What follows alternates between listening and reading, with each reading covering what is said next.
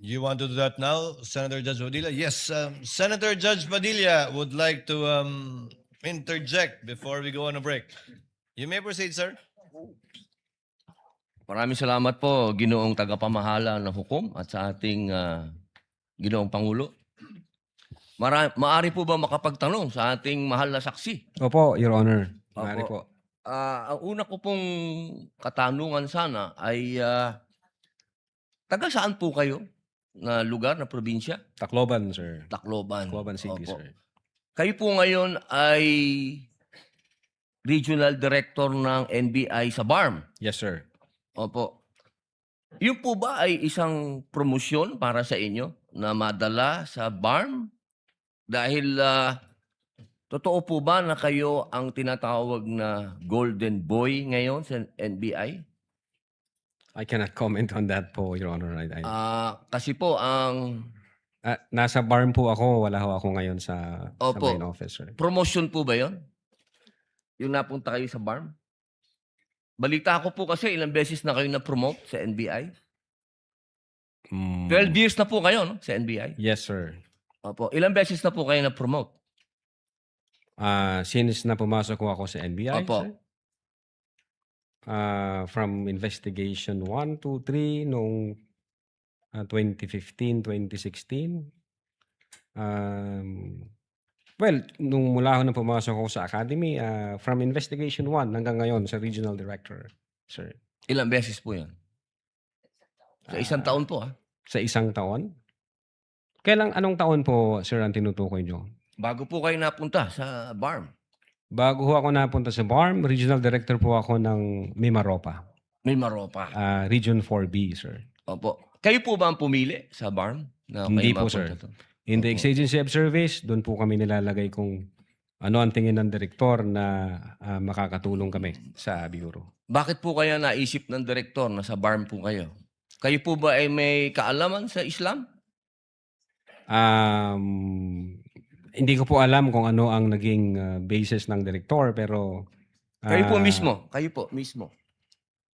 Ang BARM po kasi is Muslim Mindanao. yes, Your Honor. Opo. Meron po kayong kaalaman sa Islam? In terms of what do you mean kaalaman, sir? Yung Sa religion po ng Islam kasi Muslim Mindanao. So, ibig sabihin, kahit basic po siguro ng Islam, no? yes, sir. Kahit naman ho sino pwedeng i-assign kahit saang regional office dito sa Pilipinas. Di ba po parang Regional autonomy ang autonomous region ng Muslim Mindanao. So, kailangan man siguro kahit paano meron kayong kaalaman sa Islam. Konti siguro, sir. Ano po yung konti na yun? Well, isa po akong Kristiyano at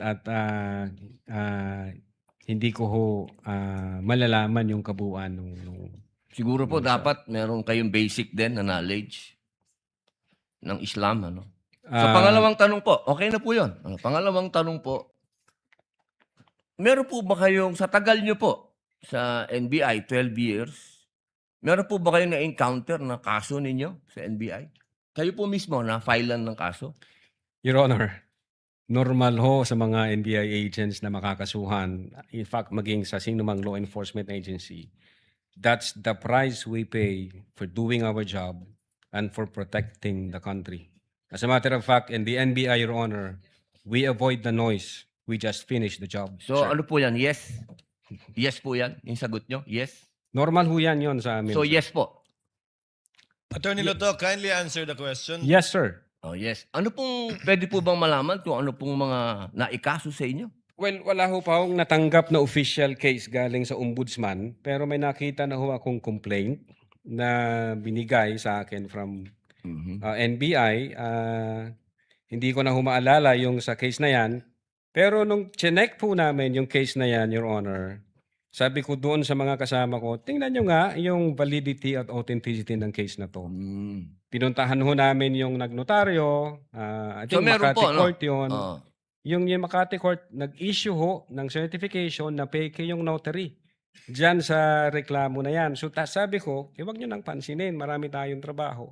Kung fake yung notaryo na yan, mere scrap of paper yan. Huwag na nating pansinin. Although, nag-aantay po ako, Your Honor, na mag-notify sa akin ng OMB kasi sasagutin po namin na eto ho ang nakaalap namin, may dalawang Chinese na nagreklamo, chinek ho namin doon sa BI, yung dalawang Chinese na yan, I think 9 months nang overstay at pinaghahanap din ng Ano pong kaso po Bureau of yung Immigration. ipinatong sa inyo? Anong kaso? Hindi ko maalala, Your Honor. Mm. Meron ho, may mga kaso ho doon na nakalagay. Pero again, sabi Wala ko po nga, kayong isa kahit maalala na ipinatong sa inyo? if I'm not mistaken, arbitrary detention, may Mhm. ganun ba? May unlawful arrest? Wala ho sa akin ng record kasi nga, sabi ko nga, nung makita namin na fake yung notary, hindi na ho namin binigyan ng pansin, Your Honor. Mm. Kasi napakakapal po nitong hawak ko. Wala akong problema, Your Honor. Oo, Sasagutin po kakapal. namin yan. Apo. Sasagutin ko Hindi po niyo yan. pa po nasagot magmula noong February 29 Kasi wala pa hong official notice galing sa kung anong ahensya. na nakarating po sa inyo. Wala pa. Wala pa ho. Ang nakuha ko lang, yung kopya niyan, Mm. siguro may nagpadala sa akin. Sabi ko, teka muna, wala akong official na nare-receive from OMB. So, nung chinek ho namin, kung nag-i-exist ba yung kaso, fake yung notary, hindi na namin So, ibig niyo binigyan ng pong pansin. sabihin hanggang ngayon, hindi kayo sigurado kung nag-i-exist to. Dapat may notice na ako from Ombudsman. Oo, di ba sir. po dapat ang reaksyon ng isang tao kapag may kaso, harapin?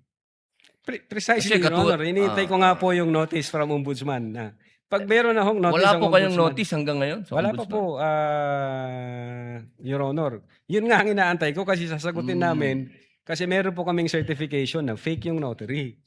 Inaantay ko po, Your Honor. Mas maganda po, maharap nyo kagad. Definitely, hindi ko lalong-lalo namin na po- tatakbuhan yan, sir. Kasi napakahalaga po ngayon nito.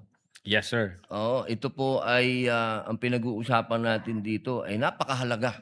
Yes, sir. Opo, at ito pong mga kasong ipinatong sa inyo, perjury, robbery, extortion, theft, mainam po ito As I've said, Your Honor, in the NBI, we avoid the noise. We just finish the job, sir. Opo, opo. Meron po akong tanong, pangatlo.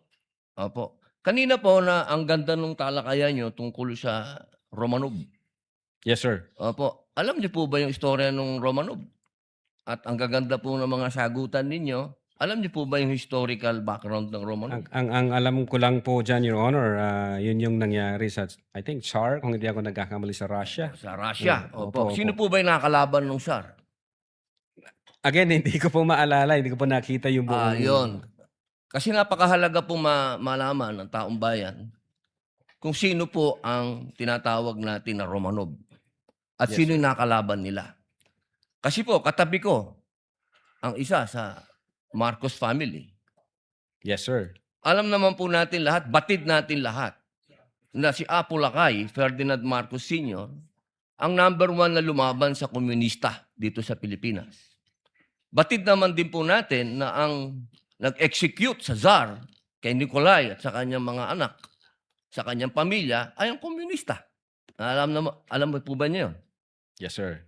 Opo. Ngayon, sino po ba ang pangalawang pangulo na lumaban sa komunista? Sino po, sir? Ay di si Pangulong Rodrigo Roa Duterte. Hindi ba po dapat isipin natin yung Romanov ay tungkol sa threat na pumapasok sa mga pamilya na mga namumuno dito sa ating bayan na lumalaban sa komunista. Komunista po ako Gusto ko lamang pong alamin ninyo. Yes, sir. Well, insofar as the investigation on the issue of whether or not may Romanov or operation of Romanov, ang sabi ko po kanina, nasa intelligence service po namin yan. At I think ang makakasagot po niyan, Your Honor, yung director po namin. Opo, kasi nabanggit nyo kanina sa usapan po ninyo si Baste. Yun Na po yung... sinasabi nyo po kasi kanina sa usapan po ninyo, sa napakagandang usapan, na yung Romanov, hindi na ipapaliwanag kasi kung ano ba yung ugat nun. Napakahalaga po na alam natin yung ugat. Si Presidente Marcos Sr.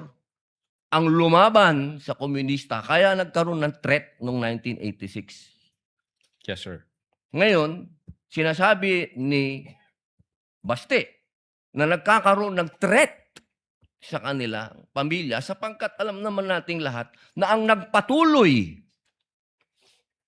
ng paglaban sa komunista pagkatapos ni Pangulong Rodrigo Roa Duterte ay si Inday Sara Duterte, ang ating Vice President. Sumasang-ayon po ba kayo doon? Wala po akong personal knowledge, sir. Ay, bakit po kayo walang personal knowledge? Eh, yun po ang sumunod na assignment ng ating Vice Presidente pagkaupo niya. Siya po ang nag-take over ng NTF-ELCAC. Hindi po alam ng NBI yun. Well, nag-NTFL ka siya, pero yung factual circumstances doon, Factual, wala pa po akong wala po kayong... Pero alam niyo po, sagutin na lang po ninyo na siya ang nag-take over ng NTF-ELCAC. yes, Your Honor. Opo. Isa na lang po, ginoong tagapamahalang hukom. Sabi niyo po kanina, ulitin ko lang po, gusto ko lang pong malaman uli. Inamin niyo po na wala kayong personal knowledge tungkol dun sa threat ng Pangulo. Ng pangalaw, sabi niyo po kanina, wala kayong personal knowledge na kumuha na ng assassin o papatay sa Pangulo, ang pangalawang Pangulo. Narinig ko po kanina. During that time, Yes or no lang po. During that time, ongoing ho ang validation namin, So, sir. ibig niyo pong sabihin ngayon, meron na kayong personal knowledge na meron na kayong... Hindi po, ongoing po ang validation. At sabi ko nga po, ang makakasagot po niyan, yung intelligence service namin at ang director po namin, sir. So hanggang ngayon po, wala pa kayong personal knowledge. In so far as the Cybercrime Division is concerned back then, Hindi po, ongoing ngayon ho po. yung Yes or no po? validation. Ngayon po, sir. Mahal naming saksi. Ngayon po. Kung ako tatanungin, wala pa po akong idea, pero baka meron ang intelligence service o ang director po Attorney namin. Lato, kindly answer the question directly. It's answerable by yes or no. And I think Yes, sir. you know the answer. Opo. Well, ako personally, wala pa po, sir. Okay. Yun lang po. Maraming salamat po, Thank mahal you. na saksi. Thank you, sir. Thank Your you, Senator Judge Padilla. Chair declares a 15-minute recess.